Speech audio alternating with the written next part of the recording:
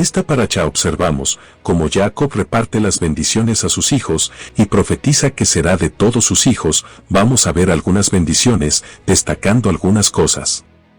El hijo mayor debería llevarse la mayor bendición, ese era Rubén, pero él le había tomado la sirvienta de Raquel como concubina, y Jacob se enteró, y le dolió mucho que su primogénito no lo respetara. Berechit, Génesis 35 versículo 22. Fue mientras Israel vivía en esa tierra que Rubén fue y durmió con Bilhá la concubina de su padre, y Israel oyó, y la cosa lució gravosa ante él.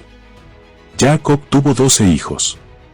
Por eso en Berechit 49 versículos 3 y 4, lo encara y le dice, trepaste en la cama de tu padre, y profanaste su lecho, ya que, habiendo tantas mujeres, tuvo que tomar una mujer de su padre. Proseguimos con Berechit 49 versículos 5 y 7, los siguientes hijos que eran Simeón y Leví, debería llevarse la mayor bendición, ya que Rubén se la había perdido, pero ellos derramaron mucha sangre cuando violaron a su hermana, y Jacob no se los toma bien, más bien dice, yo los dividiré en Jacob, y los esparciré en Israel. Curiosamente la tribu de Leví, en realidad estaba dividida en 42 ciudades, más las 6 ciudades de refugio. Leví no tenía un lugar estable, estaba dividido en todo Israel, y a ellos no les tocó territorio en Israel, pues ellos se encargaban del Mishkan, templo, de Yahvé, y no estaban en un lugar estable. Y Simeón, como vemos en el libro de Josué capítulo 19 versículos 1 al 9, la tribu de Yehudá le compartía su bendición, porque esta tribu tenía mucha tierra, así que el territorio de Simeón estaba repartido entre el territorio de Yehudá. Proseguimos con Berechit 49 versículos 9 al 13, así Yehudá se lleva la bendición por excelencia, primero le va a tocar un terreno con buenos viñedos, buena tierra, y la promesa más grande, de que nuestro Mashiach vendría de esa tribu, el regidor de las naciones, y el que todo mundo espera. Yeshua de Nazaret. Y otra de las bendiciones más grandes, le tocan a Yosef, el hijo amado de Jacob, pues es el hijo de la mujer que él realmente amaba, que era Raquel.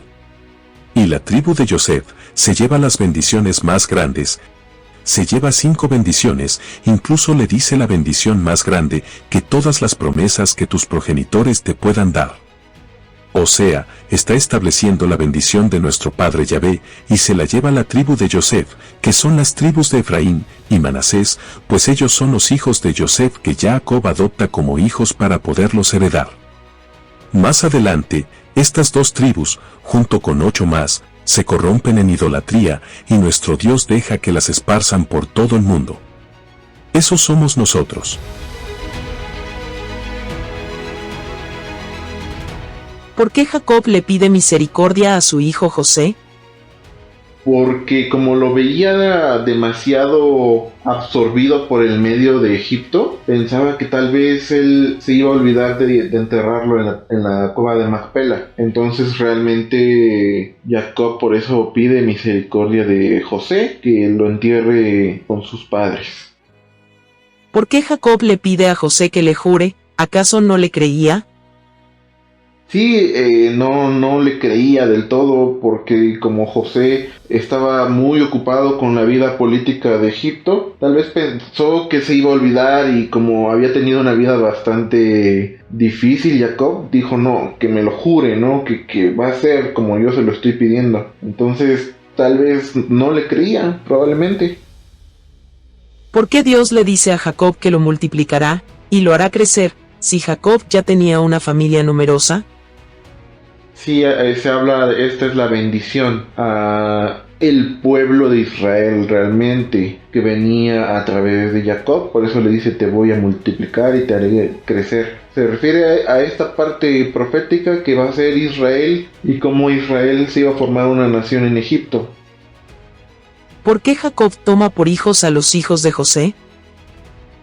Alguna vez me enseñaron que Jacob preguntó ¿quiénes son estos? Porque veía a sus nietos demasiado egipcios, los veía sin esperanza, sin temor en el Dios de Israel, en su Dios. Entonces él quiso tenerlos, adoptarlos para que fueran pilares en la constitución, en la creación de Israel. Y vemos que es así porque Efraín y Manashe entran y José quedó afuera, y sabemos que a Leví no le tocaba porción, entonces siguen siendo 12. Entonces Jacob tomó por hijos a sus propios nietos para que fueran personas importantes en el reino de Israel. Vemos también esta parte como de la piedad que tiene Jacob por el mundo, porque aquí estas personas, sus nietos, representaban pues a las personas que hay en el mundo, pero que se añadieron al pueblo de Israel. ¿Qué pasó con la esposa de José y su padre, que era sacerdote del sol, cuando Jacob adopta a Efraín y Manasés? ¿No hubo ahí un conflicto?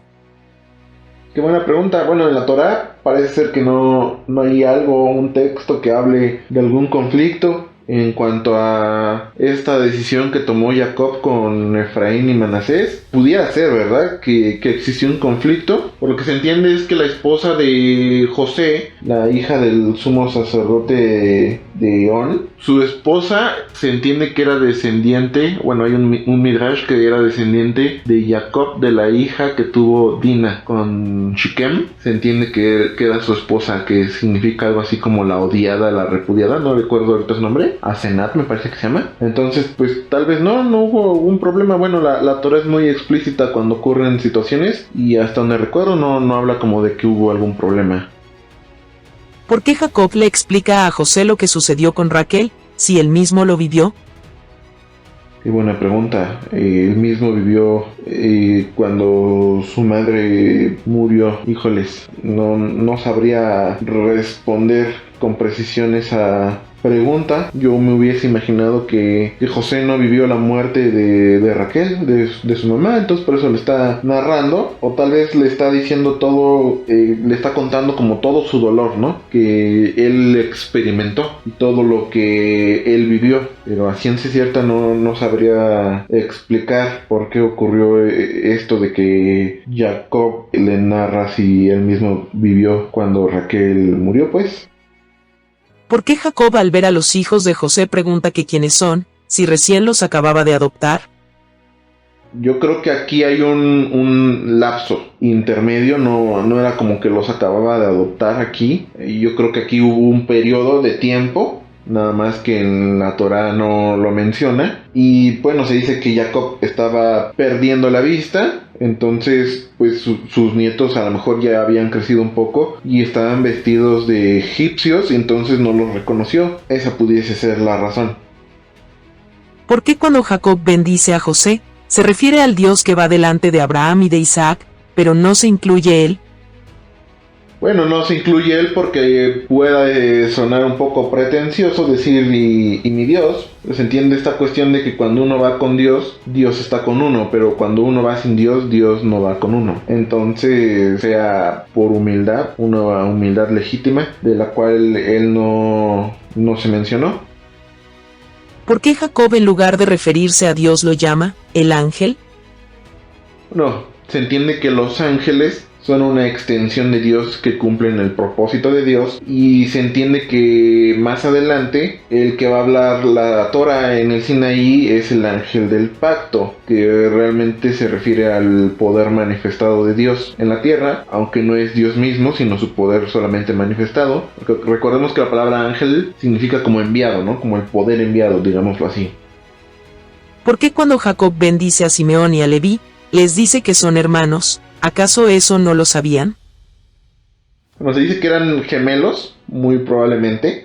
Simeón y Leví son, y les dice, si mal no recuerdo, que son arma de iniquidad y que su consejo esté apartado de ellos. Entonces no tenían que estar juntos Simeón y Leví, porque pues eran personas juntas, pues desastrosas. Tal vez esa es la cuestión.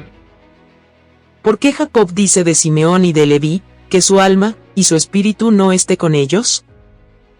Sí, por esta cuestión de que vemos que son armas de iniquidad, ellos fueron los organizadores de la destrucción de Siquem. Entonces, aunque tenían esta virtud de Leví, sobre todo, más que Simeón, de ser considerados los Cohen del pueblo de Israel, pues eran personas también con sus defectos, y Jacob pues lo sabía, ¿no? Entendía que sus hijos no eran tan luminosos cuando estaban juntos.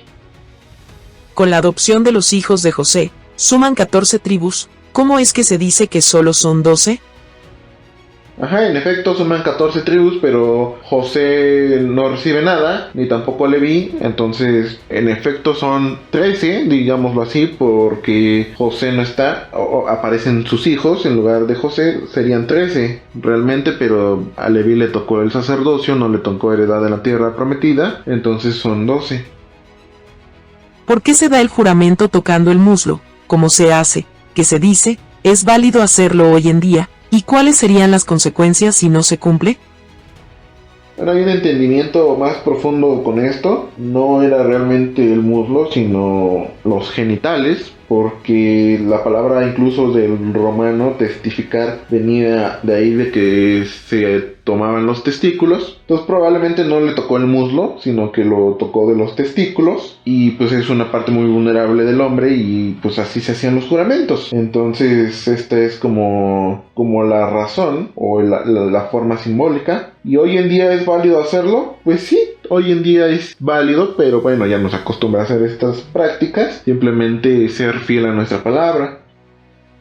¿Por qué la bendición a los hijos de Israel es que te haga como Efraín y a Manasés, si ellos son Efraín y Manasés?